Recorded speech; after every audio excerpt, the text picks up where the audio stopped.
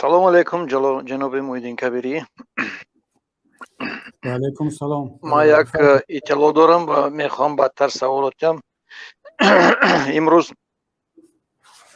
Бадахшон дар муҳосираи иқтисодию сиёсию ҳарбию яъне коммуникатсионӣ вуҷуд дорад ва чӣ тавре ки шумо иттилоъ доред, мардуме ки эътироз кардан ба назди ҳукумат омадан ва хостаҳошон як эътирози истихфоӣ буд.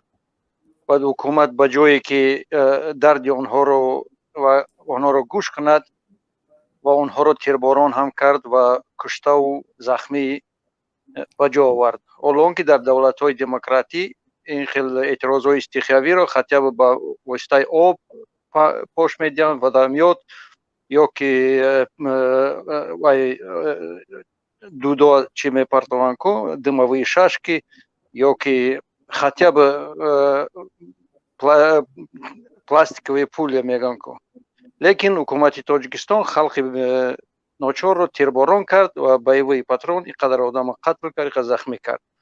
хоб саволи ман ин аст ки оё шумо ҳамин дарду садои ҳамаи миллатро ба воситаи худатон ки дар Аврупо ҳастед ба ташкилотҳои байнахалқӣ ва шӯрои ОБСЕ ва дигар ташкилотҳои байнахалқии ҳуқуқии дунё расондед ё не?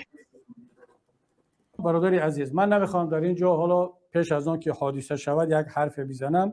مطمئن باشید که ما صدای شما رو به سازمان‌های جهانی رسانده ایستادیم.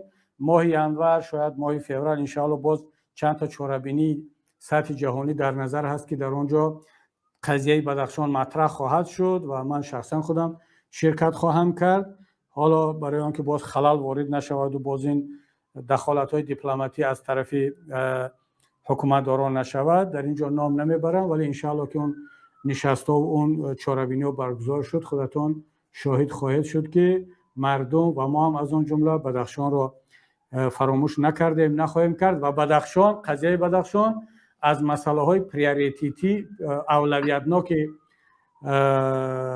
پیمان ملی تاجیکستان بود و خواهد ماند انشاءالله.